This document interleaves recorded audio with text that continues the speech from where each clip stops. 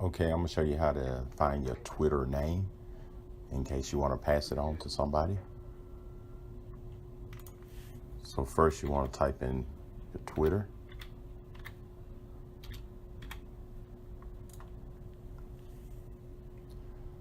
And once you get on Twitter, the only thing you have to do is go here to the right on the profile and settings, click on that, and then come right here where it says mine's Welding and stuff, click on it.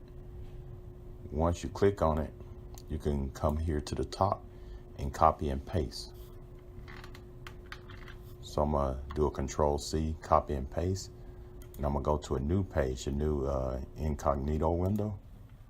I'm gonna show you what it looked like when someone click on it.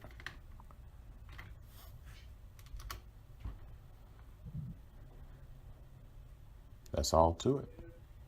So if this video helped, subscribe to my channel. Thank you.